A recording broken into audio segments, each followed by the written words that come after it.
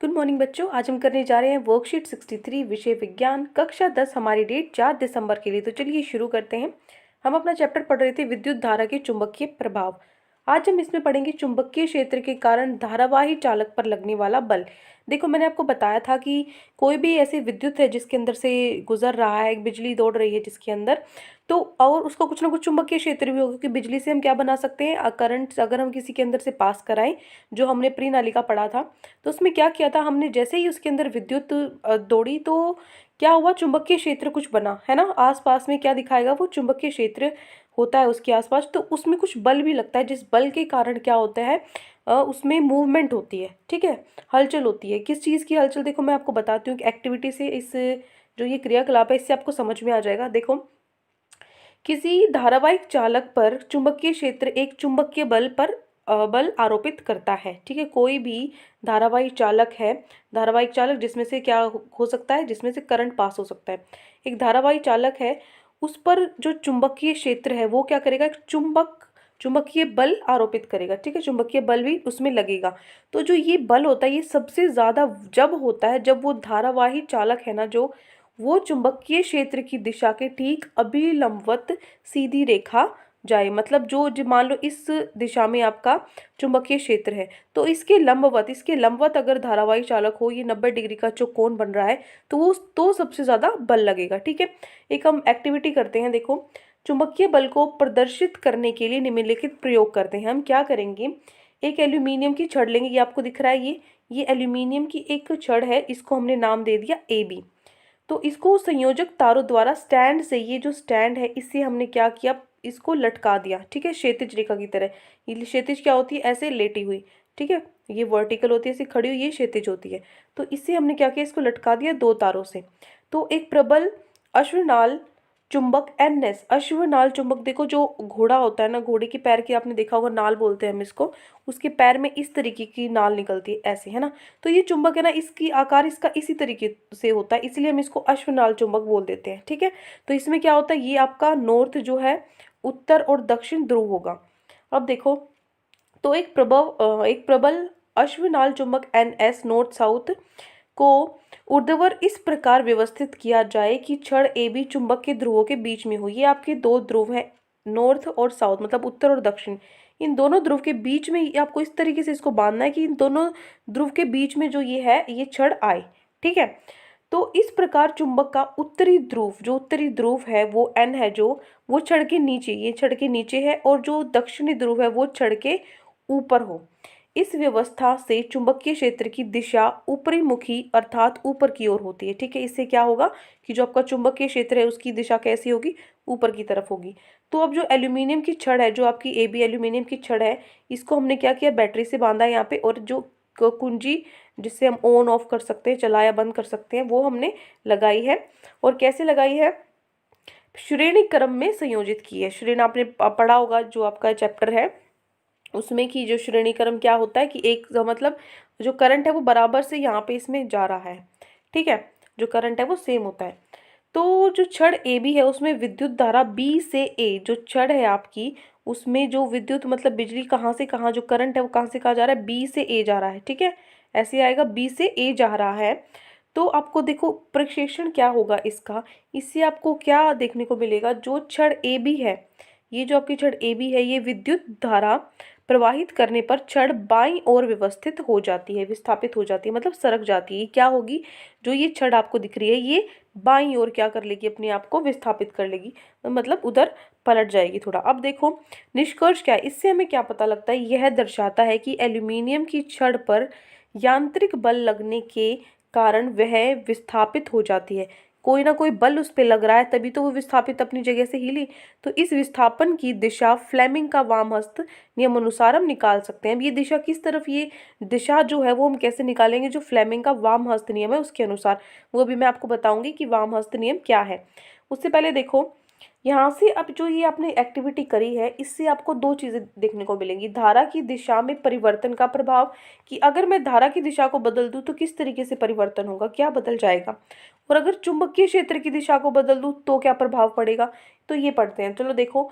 जो बैटरी को पुनः इस प्रकार संयोजित कीजिए कि कुंजी में प्लग डालने पर एल्यूमिनियम छड़ AB में धारा ए से बी की ओर प्रवाहित हो रही है। आपको क्या करना है, जो बैटरी है उसमें आपको इस तरीके से उसको लगाना है, जोड़ना है कि जो चाबी है, जो की है, सॉरी जो कुंजी है जिससे ऑन ऑफ होता है, चलती है, वो प्लग में डालने पर जो छड़ ए बी है वो पहले बी से ए प्रवाहित हो रही थी, अब ए से बी आपको प्रवाहित करना है। ठीक है, तो यहाँ से क्या होगा, इससे हमें क्या मिलेगा, जो छड़ ए बी है वो दाईं ओर विस्थापित होगी। देखो यहाँ पे बी से ए जब हमने वो करवाया था, जो करंट हमारा गया था, पास हुआ था, तो ये बाईं ओर विस्थापित हुई थी, लेकिन अब बी से ए हम उल्टा कर देते हैं, ए से बी कर देते हैं, तो अब ये दाईं ओर विस्थापित होगी। ठीक है, मतलब ये भी क्या हो गई, उल्टी हो गई।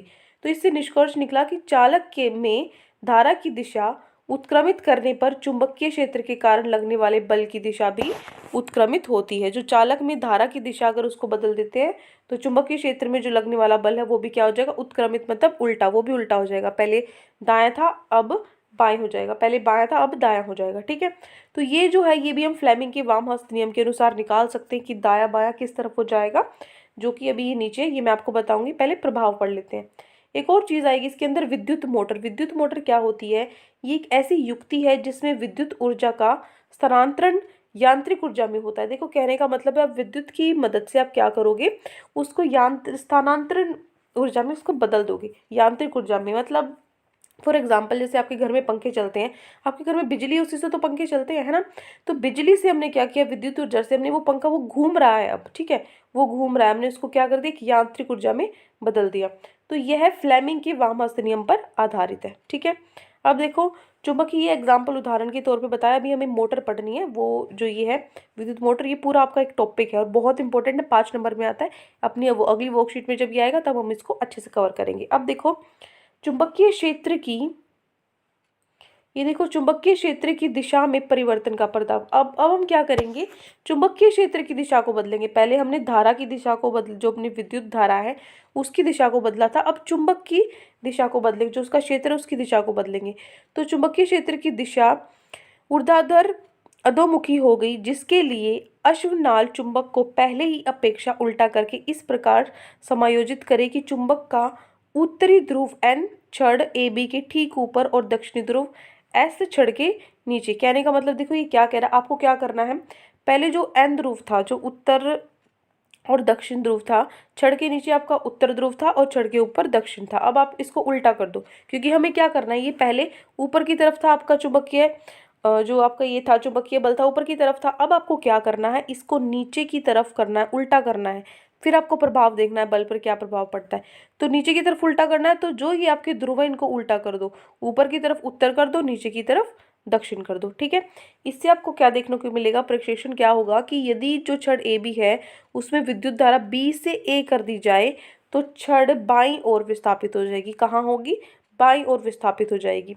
इससे क्या निष्कर्ष निकलता है कि ये स्पष्ट हो जाता है कि जो चुंबक क्षेत्र है, चुंबक क्षेत्र की दिशा में परिवर्तन करने पर धारावाही चालक पर लगने वाले बल की दिशा भी बदल जाती है, वो भी क्या हो जाएगी, उल्टी हो जाएगी। ठीक है, अब देखो उसके बाद आता है हमारा फ्लेमिंग का वाम हस्त नियम। ये क्या होगा, ये क्या होता है, ये बहुत इंपॉर्टेंट है। देखो ये 2 नंबर में आप ऐसे भी आ जाता है आपके एग्जाम में। इसमें क्या करना है, आपको बाएं हाथ की तर्जनी, जो आपकी अंगूठे के साथ वाली उंगली होती है, उसको आपको खोलना है। उसके बाद मध्यमा, जो बीच वाली उंगली होती है, देखो जो तीसरी उंगली होती है आपके हाथ में, किसी भी तरफ से गिन लो, दाईं या बाईं, जो तीसरी उंगली है ना आपकी हाथ में, वो आपको तीसरी उंगली जो मध्यमा होती है, मध्य होती है हाथ की, तीसरी उंगली खोलनी है। फिर आपको अंगूठा, ये 3 उंगली आपको खोलनी है, बाकी जो ये 2 हैं ये बंद करनी है। ठीक है, मतलब पहली 3 खोल लो। तो ये पहली 3 आपने इस प्रकार खोलनी है, जैसे फोटो में आपको दिख रही है। इस प्रकार इनको फैलाना है कि आपस में क्या हो, लंबवत हो, मतलब 90 डिग्री का क्या बनाते हो, कोण बनाते हो। ये यहाँ पे 90 डिग्री का बनाएगी, ये भी इधर 90 डिग्री का कोण बनाएगा। ठीक है, तो जो ये तर्जनी उंगली है आपकी, जो ये वाली जो उंगली है अंगूठे के साथ वाली, ये क्या बताती है, चुंबकीय क्षेत्र की दिशा बताती है। ठीक है, चुंबकीय क्षेत्र की दिशा जिस तरफ आपको दे रखा हो, जैसे पेपर अभी दिया था कि भाई ऊपर की तरफ है, तो आप इस उंगली को ऊपर की तरफ कर लो। ठीक है, तो ये आपको दिशा बताएगा कि किस तरफ जो हमारा करंट है, विद्युत है, और जो हमारा बल है वो किस तरफ लगेगा। तो देखो तर्जनी उंगली है वो चुंबकीय क्षेत्र की दिशा को बताएगी, और जो मध्यमा उंगली है, जो ये बीच वाली उंगली है आपकी तीसरी उंगली है, ये क्या बताएगी, जो प्रवाहित विद्युत धारा की दिशा, जो उसके अंदर विद्युत धारा की दिशा बताएगी। और तो इसका मतलब हमें क्या पता करना है अब, फोर्स, जो बल किस तरफ लगेगा, तभी तो विस्थापन, जो वो छड़ है उसने विस्थापन किया था।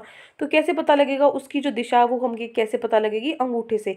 अंगूठे का चालक गति की दिशा या चालक पर लगने वाले बल की दिशा की ओर संकेत करता है। किस तरफ गति होगी वो हमें अंगूठे से पता लगेगा। ठीक है, अब समझ में आ गया आपको फ्लेमिंग का वाम हस्त नियम। अब आते हैं हमारे प्रश्न जो हमें करने हैं। ये 3 प्रश्न आपके दिए गए हैं। जो तीसरा प्रश्न है इसके बहुत सारे पार्ट है, ए पार्ट है और बी पार्ट है। बी पार्ट के फिर से 2 पार्ट है। देखो पहले हम करते हैं हमारा पहला प्रश्न। पहला प्रश्न है आपका, चुंबकीय क्षेत्र में रखे धारावाही चालक पर लगने वाले बल को ज्ञात करने के लिए प्रयुक्त होने वाले नियम को लिखिए। जिससे आपको पता लग जाए कि चुंबकीय क्षेत्र है उसमें जो आपको उसकी क्या करनी है, दिशा ज्ञात करनी है, उसमें बल आपको ज्ञात करना है। तो कौन से नियम से पता करते हैं, फ्लेमिंग का वामहस्त नियम। तो ये नियम क्या है, तो आप लिखोगे बाएं हाथ की तर्जनी, मध्यमा तथा अंगूठे को इस प्रकार फैलाना है कि तीनों परस्पर एक दूसरे के लंबवत हो। यह तर्जनी उंगली चुंबकीय क्षेत्र की दिशा और मध्यमा उंगली चालक में प्रवाहित विद्युत धारा की दिशा की ओर संकेत करेगी। तो अंगूठा क्या बताएगा हमें, अंगूठा चालक की गति की दिशा या चालक पर लगने वाले बल की दिशा की ओर संकेत करती है। ठीक है, ये है आपका प्रश्न नंबर 1। ठीक है, ये मैं छोटा कर देती हूँ इसको, ये है आपका पूरा, ताकि आपको पूरा प्रश्न दिख जाए। बड़ा भी कर देती हूँ तो ये अभी देख आपको लिखना कैसे वो पता लग जाएगा। ठीक है, ये आपका प्रश्न नंबर 1। अब मैं इसको थोड़ा बड़ा करके दिखा देती हूँ। ये देखो ऐसे आपको लिखना। अब देखो प्रश्न नंबर 2 पे चलते हैं। किसी चुंबकीय क्षेत्र में, इतना सा ये छोटा सा प्रश्न 2, किसी चुंबकीय क्षेत्र में स्थित विद्युत धारावाही चालक पर आरोपित बल कब अधिकतम होगा। कब सबसे ज्यादा होता है बल, जो कोई विद्युत धारा है उसमें कोई चुंबकीय क्षेत्र लग रहा है आपका, तो देखो यह बल उस समय अधिकतम होता है, जो बल है वो सबसे ज्यादा तब होता है जब ये धारावाही चालक है जिसके अंदर से हमारी विद्युत चल रही है, उसमें जो चुंबकीय क्षेत्र की दिशा के ठीक, जो चुंबकीय क्षेत्र है, चुंबकीय क्षेत्र से क्या हो, अभिलंबवत सीधी रेखा हो। ठीक है, मतलब जो इस तरीके से आपका बनेगा, इसके लंबवत 90 डिग्री का आपका कोण बना तो तब अधिकतम होगा। ठीक है, ये हो गया आपका प्रश्न नंबर 2। प्रश्न नंबर 3 देखो, एक धारावाही चालक को चुंबकीय क्षेत्र में रखा गया। ठीक है, तो अब निम्नलिखित प्रश्नों के उत्तर आपको देने हैं। पहला पार्ट है आपका, किसी विद्युत धारावाही चालक को किसी चुंबकीय क्षेत्र में रखने पर लगने वाला बल किन कारकों पर निर्भर करता है। तो उत्तर में आप लिखोगे, ये आपका ए पार्ट है। ठीक है, उत्तर में आप लिखोगे चालक पर लगने वाला बल निम्नलिखित 2 बातों पर निर्भर करता है, धारा की दिशा और चुंबकीय क्षेत्र की दिशा पर। ठीक है, ये 2 चीज आपको करनी है। ये तो हो गया आपका पहला पार्ट। दूसरा पार्ट है आपका, दूसरे पार्ट में है, यदि बल दाएं से बाएं लग रहा है, यदि बल दाएं से बाएं लग रहा हो तो लगने वाले बल की दिशा किस प्रकार परिवर्तित होगी। तो देखो, जो अगर चुंबकीय क्षेत्र की दिशा हम उत्क्रमित हो जाए तो आपको बताना है। आपकी जो ये वर्कशीट है ना, ये देखो मैं आपको दिखा देती हूँ। इस वर्कशीट में यहाँ पे भी बल दिया हुआ है कि बल की दिशा दाएं से बाएं, और पूछा भी बल का ही है कि अगर बल की जो दिशा है मैं वो उल्टी कर दूं तो बल की दिशा क्या होगी, यही पूछा है। तो ये थोड़ा मिस्टेक है यहाँ पे, जो मैंने आप क्वेश्चन लिखा है ना वो सही है। यहाँ पे क्या, ये किसका पूछना चाह रहा है, चुंबकीय क्षेत्र का पूछना चाह रहा है। ठीक है, तो ये आपको ठीक कर लेना, आपकी वर्कशीट में मिस्टेक है, क्योंकि इंग्लिश मीडियम वाले में भी इसी का पूछा गया। ठीक है, तो आपको यहाँ क्या कर लेना, चुंबकीय क्षेत्र कर लेना है। वहाँ पे बल है जो प्रश्न में, वहाँ चुंबकीय क्षेत्र करना आपकी वर्कशीट में गलत है। ठीक है, ये जो मैंने लिखा ये सही है। यदि चुंबकीय क्षेत्र की दिशा उत्क्रमित हो जाए तो आप लिखोगे, यदि चुंबकीय क्षेत्र की दिशा उत्क्रमित हो जाए या उलट जाए तो बल की दिशा भी क्या हो जाएगी, उलट या उत्क्रमित हो जाएगी। ठीक है, ये है आपका बी का पहला पार्ट। बी का दूसरा पार्ट देखो, पहला पार्ट हो गया, दूसरा देखो, यदि विद्युत धारा की दिशा उत्क्रमित हो जाए तो बल की दिशा भी उलट जाएगी। ठीक है, मैं थर्ड क्वेश्चन आपको दोबारा दिखा देती हूँ ताकि आपको कंफ्यूजन ना हो। ये देखो, ये है आपका थर्ड का फर्स्ट पार्ट। ठीक है, ये आपने लिखोगे, तीसरा प्रश्न लिखोगे, तीसरे का फर्स्ट पार्ट, फिर तीसरे का आपको लिखने ये दोनों पार्ट। ठीक है, ये हो गया पहला पार्ट, जो बी पार्ट का पहला पार्ट, और ये दूसरा पार्ट। ठीक है, ये दोनों आपको लिखने हैं। तो ये आपको दोनों, ये जो 3 प्रश्न थे आपको दिए गए थे, आई होप अच्छे से आपको समझ में आ गए। कोई भी डाउट है पूरी वर्कशीट में या प्रश्न उत्तर में तो आप मुझसे पूछ सकते हैं, और अगर आपको हमारी वीडियो अच्छी लगे तो हमारे चैनल को सब्सक्राइब भी कर सकते हैं। Thank you and have a great day.